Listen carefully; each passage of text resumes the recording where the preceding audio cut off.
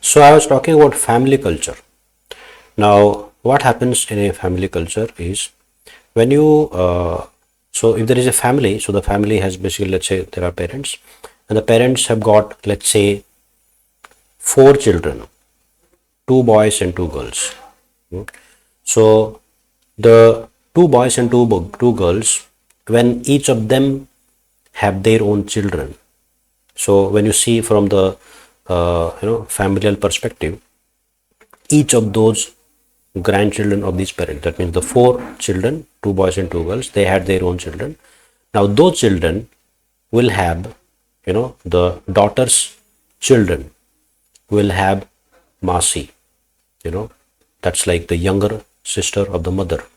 The other one will have Badima, will have elder sister of the mother, and the and they will have uncle, maternal uncle, and somebody then they will have paternal uncle, chacha and mama.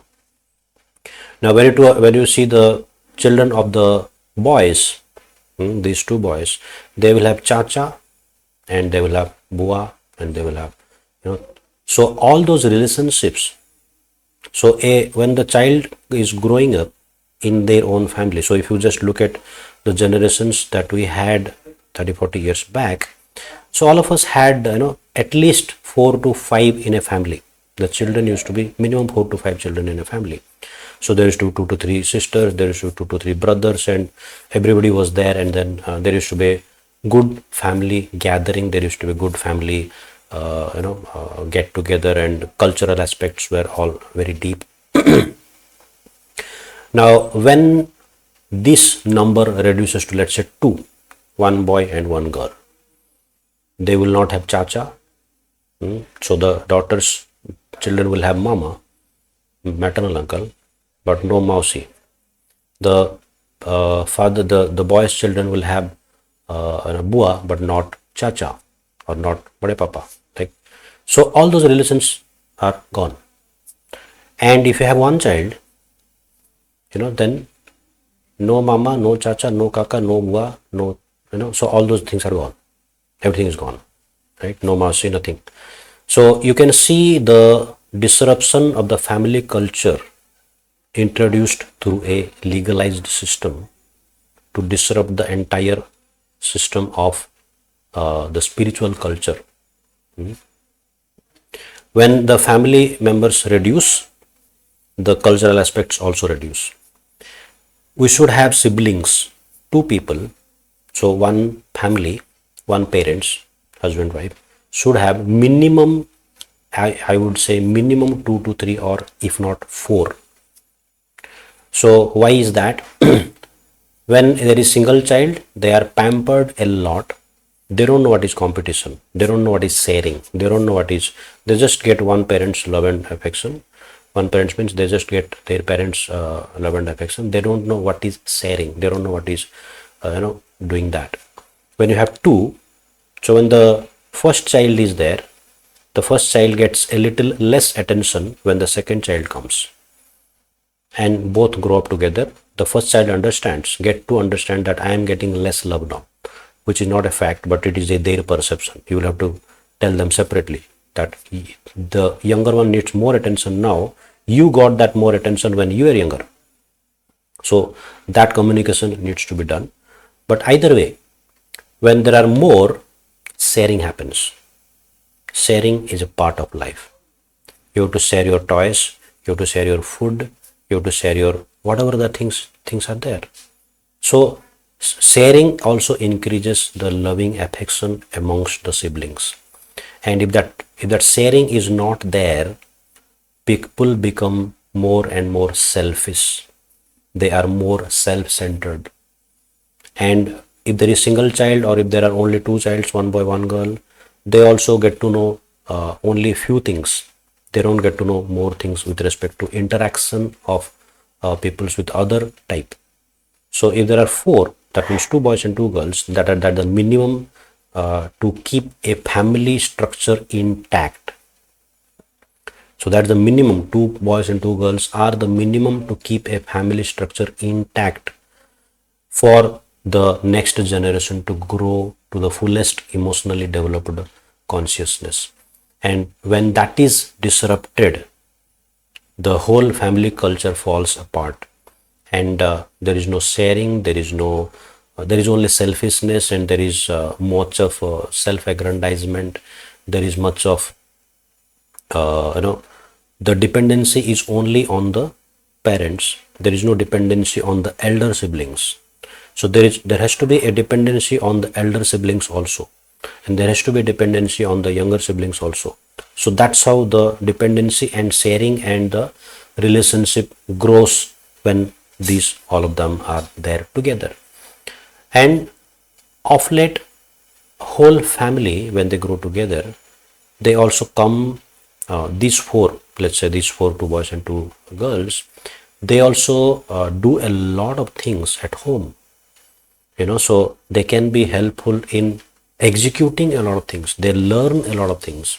Somebody can do this, somebody can fix that, somebody can go to the market, somebody can, so it's like they get trained in doing all of that, and they also share the love and affection amongst them. Now, what happens after they grow, after they get married, they don't take care of the parents? That's a separate topic that we'll discuss later. But the whole thing comes because if the values are properly transmitted to the next generation, that will not happen. And if we are careful of giving them right kind of values, what we give importance in our life, that is what they learn to be the values. If you give money the highest priority in your family or in your life, they also understand that the money is the highest priority in life. Now, money is required, money is inevitable, but beyond money, there is also relationship that is required. There is spiritual life that is required. There is health that needs to be taken care. All these aspects are inevitable parts of our life. When we only give priority to one, that's what the value system that they get. So if they value somebody's health, when they fall sick, they will get a support. So if there are four siblings, if one falls sick, then there are three siblings are there to take care of that person. And when there is only one, it gets into difficult. When there are only two, there is only one to take care. When both of them fall sick, there is no one to take care. So you see the family culture, and in Vedic tradition, there used to be, 4 or 5 is nothing. There used to be like 10, 12 children in a family. And this family can be sustained based on the land. This family cannot be sustained based on a long run. It is difficult for a family of 4, 5 or 6, 7 or 10 to sustain in a city kind of environment where you have to go for a job and then travel a lot, and then so that needs a backing of agriculture. And when you have a backing of agriculture, then the whole thing is supported, because your food is produced, and then you don't have to spend for the food. So other things can be used from the income that you get.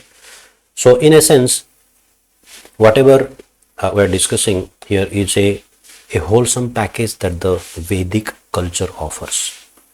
Now, Vedic culture is not a disconnected thing that, okay, you have only agriculture or only a big family. No, everything is connected. So the cattle, the cows and the pet animals that used to be there in the family, they are also the part of the whole family. It's not just you hate a cow and love a dog, or it is not just love a cow and hate a dog. No, all of them are there in the family. So you can understand the inclusiveness of the Vedic culture, and we will discuss more about this in our upcoming videos.